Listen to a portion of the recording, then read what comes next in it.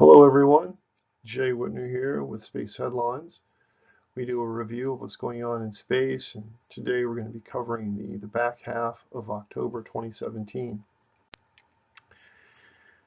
A month or so ago, Elon Musk had a big presentation in Australia about his BFR rocket. More recently, he went on Reddit and answered a few questions about his concept and provided a few more details. One was about the testing of the BFR. He envisions a lot of point-to-point travel on Earth as tests to vet the system. He also indicated that the BFR is going to have 4 landing legs instead of the 3 landing legs a lot of people had theorized before. And since the BFR is a smaller vessel than he had spoken about a year ago, the thrust required per engine is less. So now the thrust is going to be 380,000 pounds per engine. And presumably, as the months go by, we'll get more and more information on details about the BFR. This story is about launching something into space using a catapult. This is an old idea. What makes it interesting is who's talking about it now. This is General Atomics, who make a lot of drones and other exciting things. But what's maybe most relevant to this particular news story is this is the company that built the catapult system for the newest aircraft carriers, electromagnetic catapult launchers for the new carrier. And they're talking about the idea of launching small satellites using a railgun. There's a lot of challenges to doing something like this, as many of the viewers are probably aware. But they think that it might be possible to do this by encapsulating the satellite in a protective shroud and using a small rocket to circularize the orbit once it got up there. So it's exciting to see General Atomics even thinking about such a thing, and we'll see what happens. Bigelow and ULA are again making an announcement about something that they're planning in terms this time of sending a B-330 expandable module into lunar orbit as a depot out there at the moon. So the way they would do this is they would launch first the B-330 into LEO, and then after various tests and so forth, they would then do a pair of launches with their ACES system, which would then work together to transfer the B-330 from low Earth orbit into lunar orbit. One exciting thing is the timeline. They're saying they could be in place by 2022, and that they'd like to do this as a public-private partnership with the government. So a very low-cost approach to getting something going out at the moon very, very quickly. So kudos to both companies. Blue Origin had a nice breakthrough. They've been working for a while on a new engine called the BE4. This is a methane oxygen engine.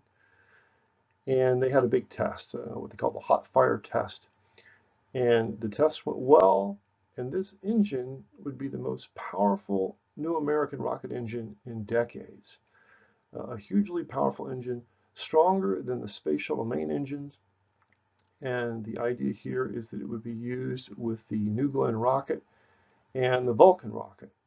So everything's going well so far. So congratulations to Blue Origin and Mr. Bezos. Also, he was recently officially made the richest man in the world with some increase in the Amazon stock value. Out at the moon, some probes have come up with some very interesting information. They have discovered a large lava tube, which is sort of a big underground cave kind of a structure, that is so big that it could easily hold the city of Philadelphia inside this lava tube. This discovery comes to us compliments of Japan's Selene probe and the NASA Grail probe. Selene detected this thing, and they sought NASA's aid to measure the dimensions of this lava tube. What makes this so exciting is that the moon is a very harsh environment. There's radiation to contend with. There's huge temperature swings. The regolith of the moon, the lunar soil, if you will, is very abrasive. Operating inside of a cave would mitigate these problems quite substantially. So this is a potential future place where we might build a base on the moon. So thanks to Japan for locating this.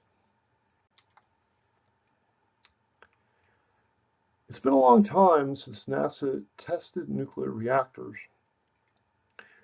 And nuclear power is important for our future in space because some of our near-term destinations, solar power is challenging. For example, the moon is next on our list of places to go. And due to the day-night cycle of 2 weeks of daylight and 2 weeks of night, it's difficult to operate with solar power on the moon. So it'd be great if we had nuclear power. So here at NASA is going to test a fission reactor. The test is going to be a ground test in the first week of November out in Nevada. And this is part of the kilopower is what they call this thing. This is a small test reactor designed to produce 1 kilowatt. In the future, we'd want to build more powerful systems, and somewhere in the neighborhood of 40 kilowatts would be sort of a minimum for a Mars mission. But congratulations and thanks to NASA for working on this. They've been working for a couple of years toward this test. We had a big breakthrough in ion propulsion was announced. We're more accustomed to chemical propulsion, which is useful for space use, but particularly for getting from Earth to orbit. Ion propulsion is only once you're really out in orbit already. It's not suitable for launching anything from our surface. It provides very low thrust for long periods of time, and it's very, very efficient. You might think of it as getting very high gas mileage. But the thrust produced has always been very, very low. So this new engine, they call it the X3. It was in testing at NASA Glenn. I think it still is in testing, by the way. This 500-pound Hall thruster broke all kinds of records. Most significantly, it's producing 60% more thrust than any ion engine has produced in the past. This could have huge implications, not only for potential Mars missions, but for moving freight anywhere around from low Earth orbit to anywhere else. Anytime you're not in a rush to get your payload to the destination, ion power is a very interesting way to get things going. So a big breakthrough here in ion propulsion.